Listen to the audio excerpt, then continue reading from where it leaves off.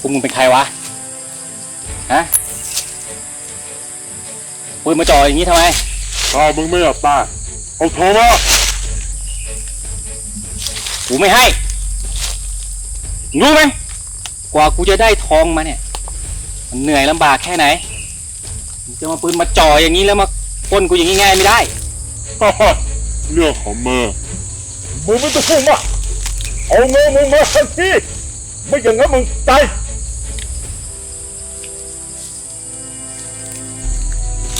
ออกมาโอ้อย่าทำอะไรผมเลยครับผมยอมแล้วอย่าทำอะไรผมเลยพูดลีๆมึงไม่ชอบใช่ไหมโอ้พี่อยากได้เอาไปเลยอย่าทำอะไรผมเลยนะ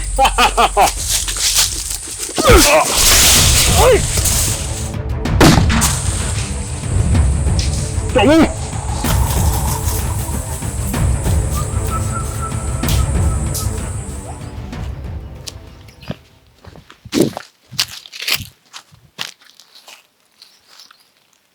姐，我们今晚白天刚得到这，我们来看了。Ồ, Linh tới chưa? Cũng muốn đây chứ, muốn ra nó cho coi chứ lo. Cũng muốn đây à? Đây, đây của mà lo này. Đây cũng muốn đây nè.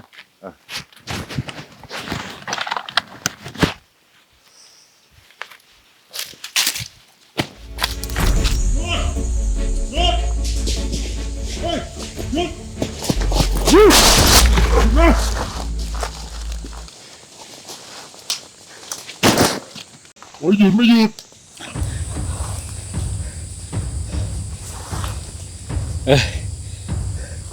เอาไปเลย พูดดีไม่ฟังเหรอฮะ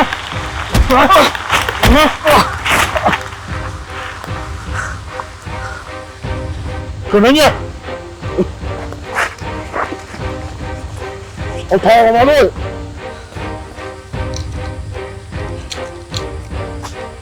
เฮ้ย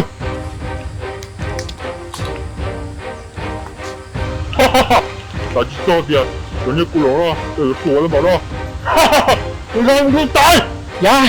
ย่าทำอะไรผมเลยผมกลัวแล้ว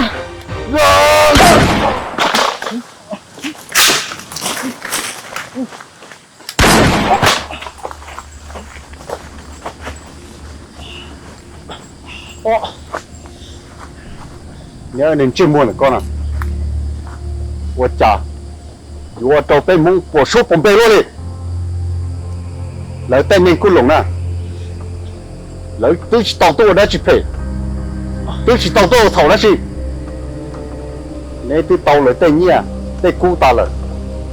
你整我来多帮咱做的呢，我领他了，就这了。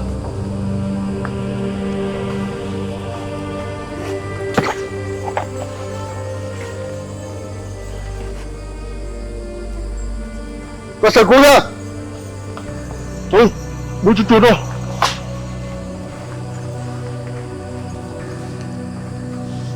哦，狗nó chuột khe chạy đâu nè nữa, do lười rau, chẳng muốn gì thế, nếu chỉ muốn xe đi, tao cũng đã bỏ nó một tí rồi, nên nó, nó,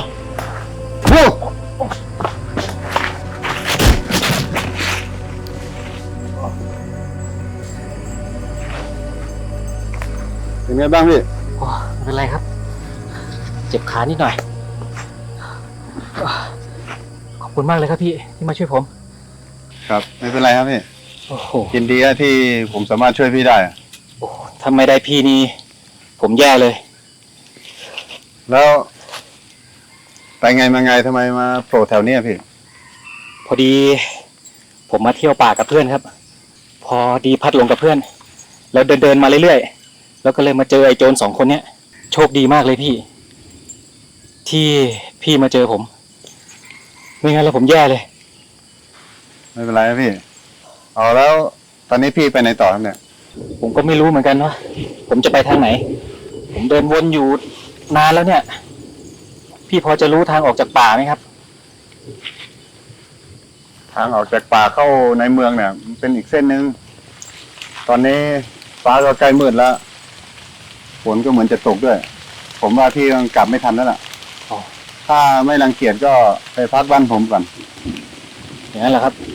แล้วก็เดี๋ยวพรุ่งนี้ผมค่อยบอกทางให้พี่กลับไปในเมือง โอ้เกรงใจจังเลย แล้วนี่พี่ชื่ออะไรครับ อ๋อผมชื่อนี่ชื่อหัว ซีชิด เรียกหัวพี่ยีก็ได้ อ๋อครับพี่ ก็ได้ครับ ผมชายแดนนะพี่ ครับ เอาแล้วฝนมาแล้วพี่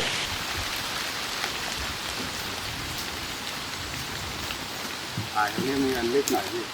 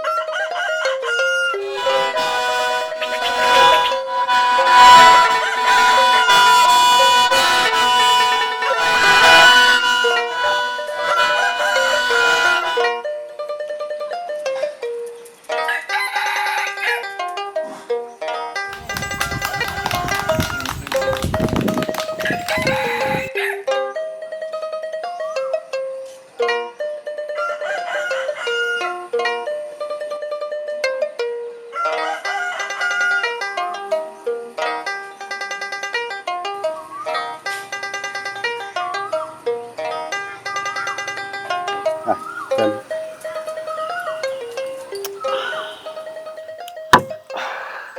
อ๋อเป็นไงลูกลอกข้าวโพดมงเนี่ย โอ้ หวานดีไหม แรงมากเลยพ่อ อู้ลองดู ไม่เคยกินเหล้าแรงขนาดนี้มาก่อนเลย อันนี้ต้มเองครับพี่ โอ้โห แล้ เดี๋ยว วว่างต้องพาผมไปดูว่าต้มยังไงแล้วเนี่ย ได้เลยครับ ต้ม เดี๋ แร ยว งมากเลย เอาฝากกลับบ้านไป ดีแล้วครับ พี่แล้วแกนมงเป็นไงบ้าง โอ้เป่ายากมากเลยครับ ที่บ้านผมก็มีนะแบบเนี้ย แต่ว่า อื้อหือไอมันที่เป่ามันไม่ยาวขนาดเนี้ย ใช่ไหมครับ มันคุมยากมากเลย อืม ของผมจะสั้นๆหน่อย ครับ ถ้าใหม่ๆฝึกครั้งแรกมันก็ยากหน่อยพี่ แต่ว่าถือว่าพี่นี่พรสวรรค์เลยนะเป่าได้ขนาดนี้ครั้งแรกเลย โอ้ไม่ขนาดนั้น อ่า ไป ถ้าฝึกไปบ่อยๆ ผมว่า มันก็เป่าได้เหมือนกันแหละพี่ แต่ถ้าพี่ไม่ค่อยมีเวลา อยู่บนดอยนานนะเดี๋ยวผมเอาแคนให้พี่ เอาไปฝึก โอ้ไม่ดีกว่าครับ เกรงใจ ดูแล้วก็น่าจะทำยากน่าดู อ๋อไม่เป็นไรครับพ่อผมทำเป็น เดี๋ยวแกก็ทำขึ้นมาใหม่นะครับ ที่บ้านยังเหลืออีกหลายอันเลย คิดซะว่าเป็นของขวัญให้ลูกแล้วกัน เอาอย่างนั้นเลยเหรอครับ อ่า โอ้โห นี่ช่วยผมแล้ว ยังจะมีของให้ผมกลับบ้านอีกนะเนี่ย โอ้เล็กๆน้อยๆพี่ อ๋อ ลิเยอะฮะ นี่ถ้าเป็นไปได้อยู่บนเขากับพี่หลายวันนี้ ก็น่าจะพอเป่าได้อยู่นะเนี่ย ครับ ถ้าพี่มีเวลาอยู่อีกหลายวันนี่ ผมสอนพี่เป่าได้เลยนะเนี่ย อืม เอาลูกยกสัก โอ้งก่อนอ่ะ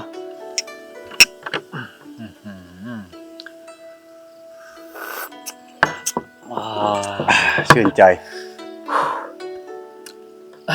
โอ้พ่อพี่ยี่น่าเสียดายจังเลย ผมมีเวลาน้อย เดี๋ยวผมคงต้องกลับแล้วแหละเพราะเดี๋ยวมันจะมืดละเดี๋ยวผมกลับไม่ได้ ครับ แล้วก็ขอบคุณมากครับสำหรับของฝาก อ่า แต่ถ้ามีโอกาส ผมจะขึ้นมาเที่ยวหาใหม่ ได้ครับ หรือว่าถ้าพ่อหรือพี่ยี่มีโอกาสได้ไปในเมือง ก็เที่ยวหาผมได้นะ ใช่ครับ ก็ช่วงนี้ไม่ค่อยได้ไปไหนไกลเท่าไหร่ ถ้ามีโอกาสก็คงได้เจอกัน ขอบคุณมากๆเลยครับพี่ยี่ที่วันก่อนพี่ได้ช่วยเหลือผมเอาไว้ ไม่งั้นผมคงไม่มีโอกาสได้มานั่งอยู่ตรงนี้บุญคุณของพี่ที่ช่วยเหลือผมเอาไว้ ผมจะไม่ลืมเลย ถ้าพี่ขาดเหลืออะไร ก็บอกผมนะครับ ผมจะได้ตอบแทน